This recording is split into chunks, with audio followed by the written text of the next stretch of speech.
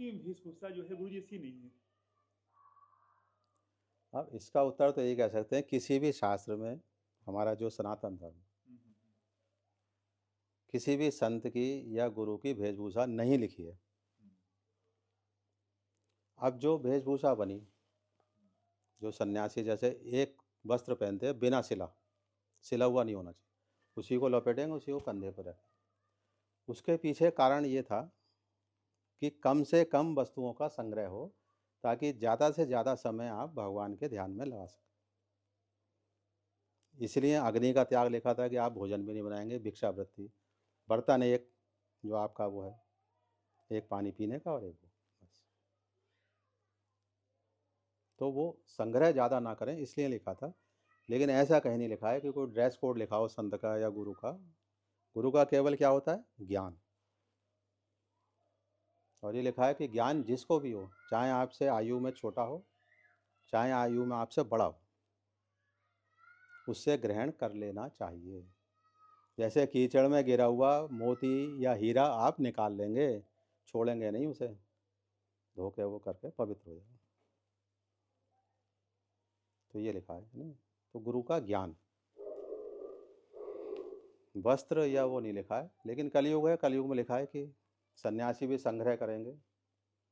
भागवत में लिखा है कि कलयुग आने पे, घोर कलयुग, सन्यासी भी संग्रह करेंगे। जबकि सन्यास का मतलब है त्याग, कि हमने सब वस्तुओं का त्याग कर दिया। ग्रह का त्याग, वस्तुओं का त्याग, सन्यास में यही सब आता। लेकिन अब वो भी सब संग्रह कर रहे हैं। तो इसलिए वास्तविक गुरु का मिलना तो कठिन ही है। फिर तो वेशभूषा पे जाओगे तो धोखा खाओगे ना।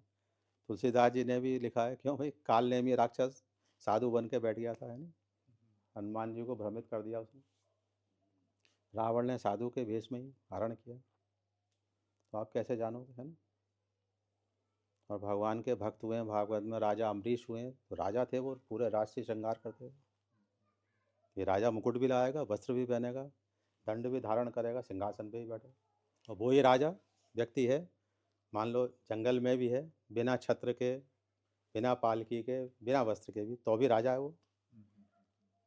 अधिकार है उसे, क्यों भी राजा है वो। ऐसे ही अगर जिसे ज्ञान है तो वो कैसे भी रह जाए, वो ज्ञानी है। भगवान राम राजा थे, तब भी उनकी पूजा होती है। बड़े बड़े साधु सन्यासी आचार्य सब दंडवत प्रणाम कर रहे हैं भगवान को। कर रहे हैं, नहीं कर रहे हैं?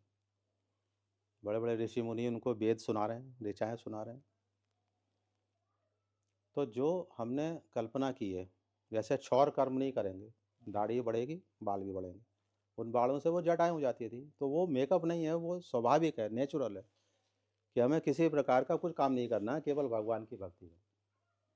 और जब जंगल में चले गए सन्यास में, तो फिर वहाँ मिलेगा भी क्या?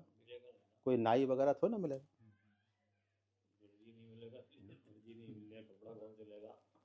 और साइंटिफिक जो ये राख होती है, भभूति जिसे कहते हैं, अब भभूति अब उसको मेकअप समझते हैं। तो धूनी जलाते थे, धूनी से गर्माहट रहती थी, जानवर भी नहीं आते थे जंगल में, और यज्ञ हवन वगैरह भी करते थे। वो धूनी का आज भी प्रभाव है, आप सब लगा लो तो कोई इंसेक्ट्स, कोई मच्छर मक्खी आप पे असर नहीं करेंगे। उन्होंने सब लगाई और अपने ध्यान में, समाधि में बैठ गए।